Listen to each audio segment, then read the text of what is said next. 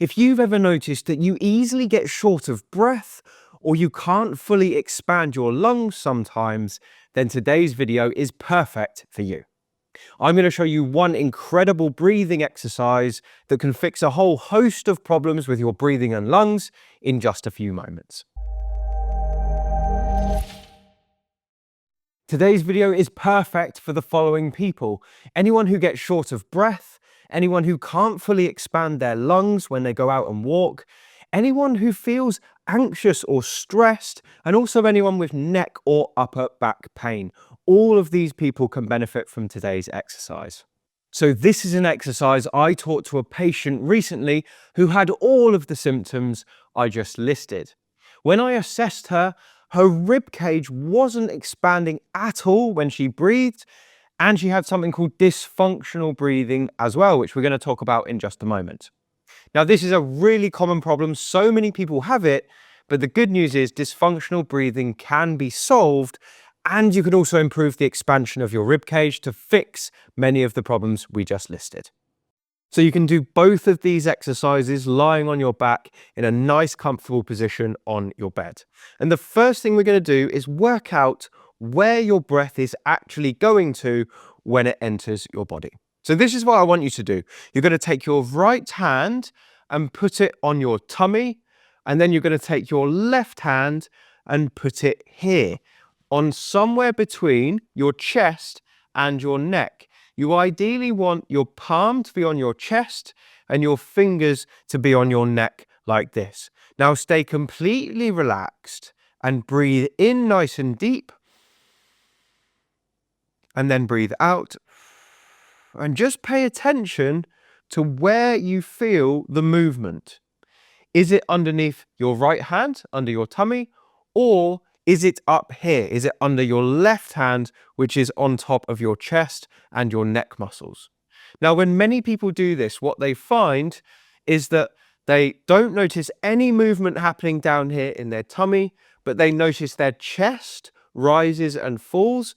And some people notice that their neck muscles start to tense up as well. Now, our neck muscles should not be activating when we're breathing normally. They're what we call your respiratory distress muscles. They should only activate when we're distressed.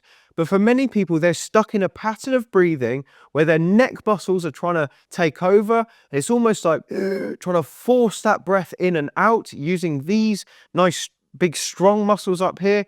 But they should be relaxed when we're trying to breathe normally. So what I want you to do now, if you notice that some movement was happening up here and not much was happening down here, is I want you to focus on trying to normalize your breathing by focusing all the movement down here underneath this right hand.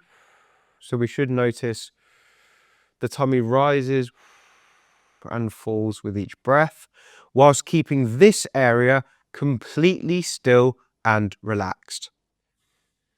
So we shouldn't feel anything happening underneath that left hand, but we should feel everything happening underneath the right hand.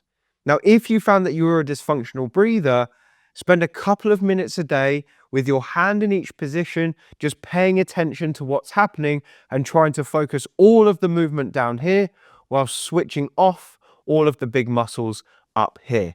That's the first stage. Once you've normalized your breathing, we're going to have a look at your rib expansion. So once you're totally sure that the breath is going into the right part of your body, down here and not up here, we're going to move on to rib expansion. Now, when we breathe in, the ribs should open up and the chest should expand to allow the breath to enter the body. But what often happens is that the ribs aren't expanding, or they're not expanding equally from right to left. So we can feel whether or not this is happening once we know that the breath is coming down here.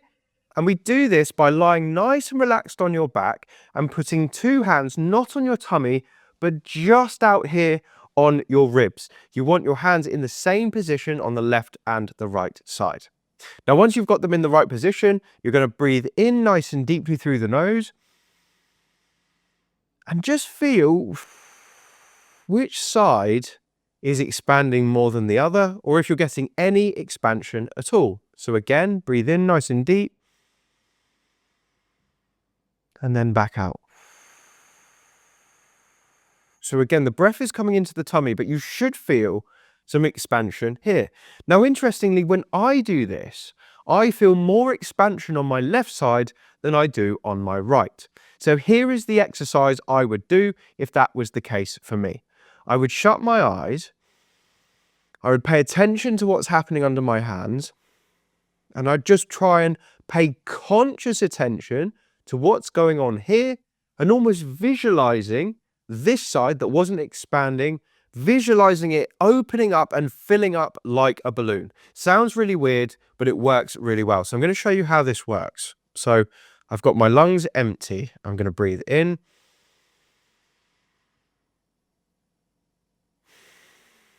I'm really trying to focus on this side of my chest. Again. Now that was better. I could feel that side opening up as it should do.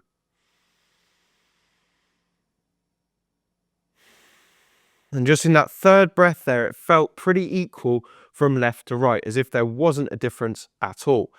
Now, for me to solidify that and make it permanent, I would have to practice that quite often, because that's obviously a habit I've got to allow this side to open and not this one. But those tiny, subtle changes to just where we put our attention make a massive difference to what actually happens in the body. So I'd probably practice 5 minutes a day in each of those exercises if you're a dysfunctional breather.